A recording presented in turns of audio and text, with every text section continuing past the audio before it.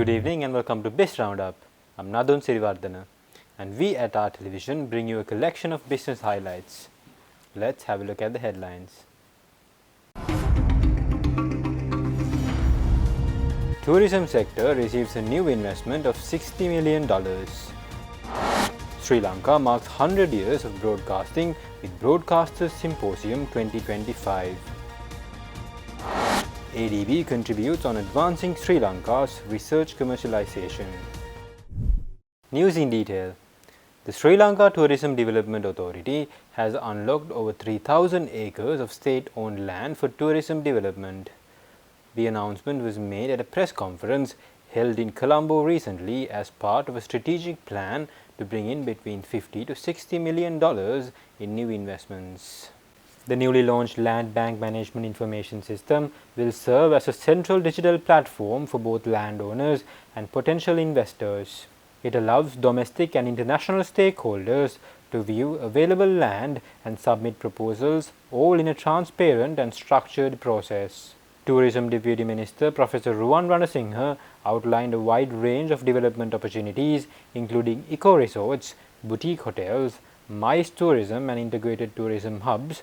Most of the land will be available on 33-year leases. To prevent land speculation and delays, the government says projects must meet strict timeline or risk repossession. The SLTDA will also partner with private landowners and multiple state agencies to expand the initiative to 5,000 acres by year's end. 3 major projects worth $55 million are already underway in the eastern and northern provinces. More premium land areas including Kalpitiya, Pasikuda and Bentota are now up for grabs. We have been facilitating developing tourism infrastructure in the country, which is the role actually of SLTDA.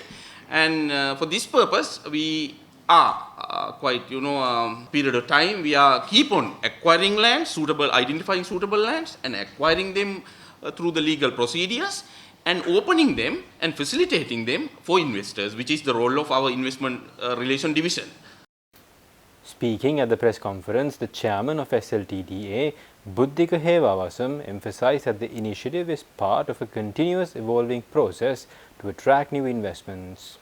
This is not a one-time initiative, this will be an ongoing initiative. So there will be a kind of a stabilized committee who is being evaluating the particular proposals, which in a very much of a transparent manner on the merits of those lines. And then we are actually in the process of acquiring government lands continuously in certain places like Batiklo and Eastern Province and all. We are in the process of acquiring the tourism friendly lands and to be making it investment friendly and to give it to the investors. The Asian Development Bank and the National Initiative for Research and Development Commercialization joined forces to advance Sri Lanka's research commercialization strategies. A meeting in this regard was held at the ADB Sri Lanka Resident Mission recently. Brought together ADB Country Director Takafumi Kadano, NIRDC representatives and global innovation experts Professor Lerwin Liu from Nanyang Technological University, Singapore and Rajendra Mutta from IITM Pravartak Technologies Foundation, India. The discussion focused on leveraging international expertise to enhance national R&D policy and commercialization efforts. Representing NIRDC was Senior Presidential Advisor on Science and Technology and NIRDC founder Professor Gomi Kudugamsurya, along with Director General Dr. Mudita D. Senaratyapa and Director of Investments Indunil Gunatilaka.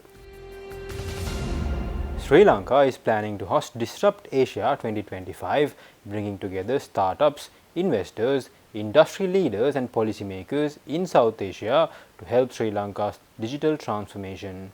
The event is scheduled to be held from September 17 to the 20th, backed by the Ministry of Digital Economy and ICTA. Deputy Minister Ranga Weeraratne described Disrupt Asia as a vital platform for fostering entrepreneurship and global collaboration. Highlights include Venture Engine 2025, which opens the event with a focus on startup funding and mentorship, and the main conference on September 18th, featuring keynote sessions and a showcase of over 30 disruptive startups. The Innovation Festival on September 19th offers interactive tech demos, live product showcases and thematic tracks spanning fintech, AI and health tech. Stay tuned, we will return after this commercial break.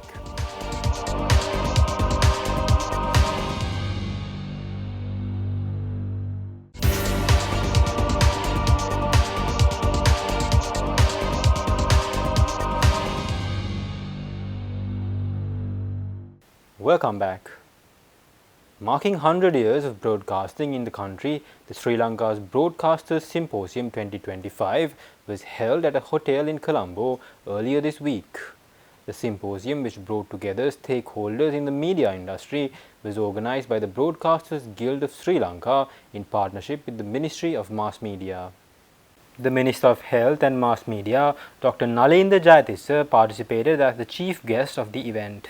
The event focused on a range of key topics, including the future of broadcasting over the next 5 years, media policy development, publication rights, and strategies for resolving ongoing challenges in the industry. Speaking at the event, the country representative of the United Nations Development Programme, Asusa Kubota, emphasized the need for a credible media environment free of hate speech and discrimination. The keynote speaker of the event, Professor of Media and Journalism at Universitas Islam Indonesia, Professor Masduki, said that the commercial media around the world is on crisis due to the politicization of media institutions. Information, integrity, access to credible media, and an environment free of hate speech and disinformation are central to our mission. Media is not just a channel of information. It is a public good. It shapes national conversation, reflects public sentiment, and holds power to account. This message is reinforced in the latest Human Development Report 2025, which was launched last week here in Sri Lanka. The report is entitled Matter of Choice, People and Possibilities in the Age of AI.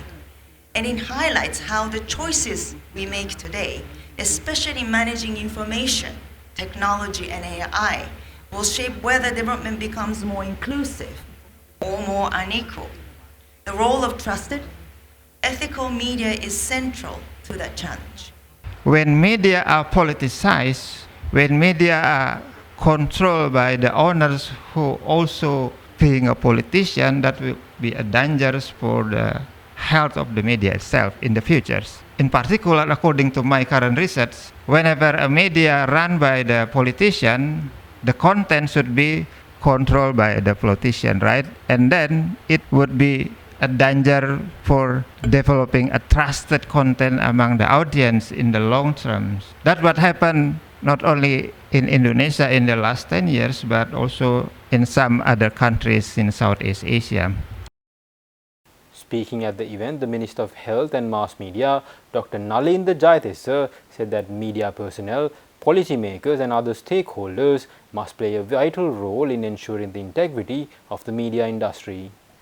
The minister emphasized the importance of collective effort to mitigate the damages of misinformation and digital algorithms that shape public discourse.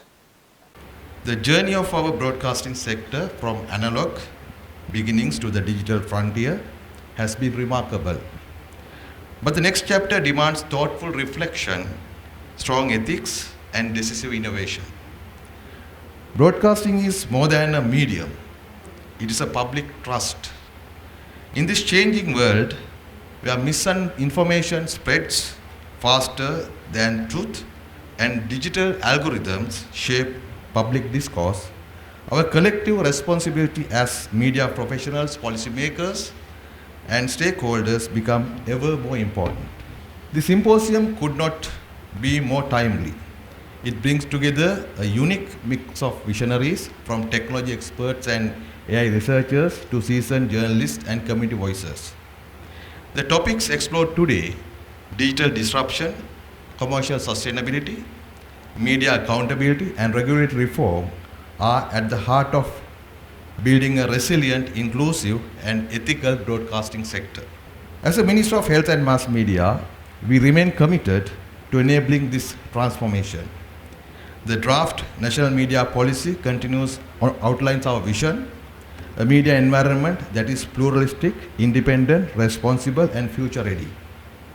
It seeks to establish an autonomous regulatory framework, strengthen public service broadcasting, support community media, and promote innovation, especially as we transition into AI-enhanced and digitally driven ecosystems.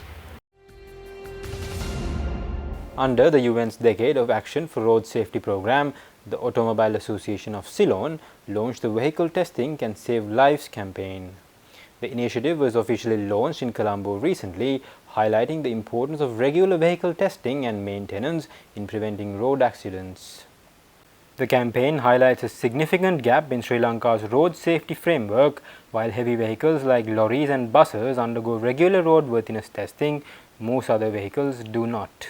With over 8 million registered vehicles in Sri Lanka, representing more than 40% of the adult population, less than 20% undergo roadworthiness testing apart from mandatory emission checks.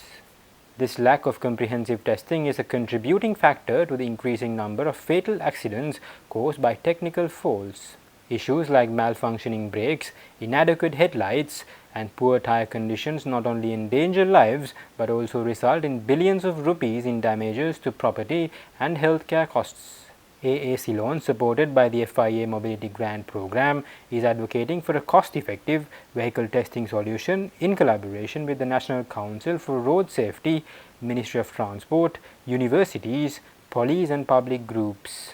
The campaign aims to introduce workable solutions to ensure all vehicles meet basic safety standards without imposing a financial burden on owners. Devapriya Hettiarachchi, Secretary of AA Ceylon, emphasized the campaign's urgency, urging all road users to support the initiative.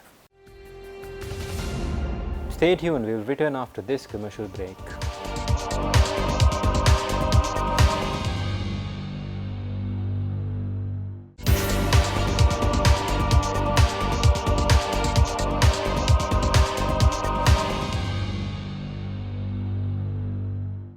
Welcome back. Sri Lanka is expanding its footprint in the Middle East rubber industry through a country pavilion at the Middle East Rubber and Tyre Expo 2025 held in Sharjah, UAE recently.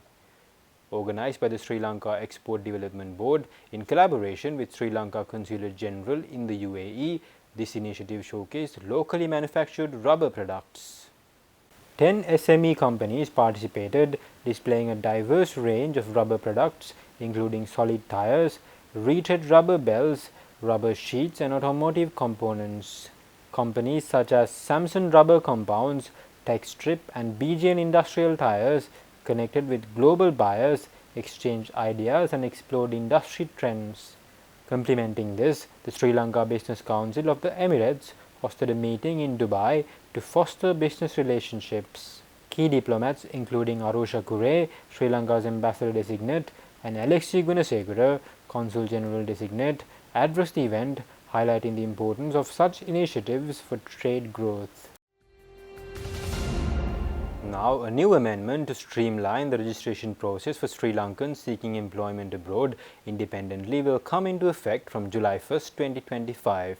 The Sri Lanka Foreign Employment Bureau Chairman Kosala Wickramasinghe said that this initiative aims to enhance job security and prevent exploitation, making the announcement recently. The SLBFP chairman said that individuals going abroad for non-professional jobs will now require their prospective employers to submit necessary documents to the Sri Lankan embassy in the host country. A fee of $60 will be charged for this service. Initially, the regulation will apply to 15 diplomatic missions in 13 countries where the Bureau has labor units. Professional job categories as listed on the Bureau's official website will be exempt from this requirement. However, proof of professionalism or relevant documentation must be presented for exemption. This move is aimed at preventing fraud and exploitation by middlemen, ensuring migrant workers have valid employment contracts, fair wages, and proper repatriation arrangements. Now, Sri Lanka participated in the ThaiFex Anuga Asia 2025, a leading food and beverage trade show in Asia, held in Bangkok recently. The Sri Lanka Export Development Board, in collaboration with the Sri Lanka Embassy in Thailand, showcased products from 4 local manufacturers at the country's pavilion. Companies such as Vagaruella Oil Mills, Ellavilla Horticulture, Musvanity Factory and Ceylan BG Manufacturing and Trading attracted over 175 inquiries, leading to negotiations surpassing $867,500. Additionally, a 6-day technical exposure and capacity development program was organized for 7 SME entrepreneurs. This included guided tours, product displays, B2B meetings, and visits to major Thai food companies and retail stores. entrepreneurs gained insights into market trends, innovative technologies, and strategies to enhance their production and packaging capabilities. The event, formally opened by Ambassador EAS Vijayanthi Edirisinghe, served as an invaluable platform for Sri Lankan exporters and SMEs to strengthen existing ties, explore new markets, and adopt advanced techniques to boost exports. With that, we wind up for today. For this and more, subscribe to our channel on YouTube and follow us on Facebook. See you tomorrow with State of Business at 7:45 p.m. Take care and good night.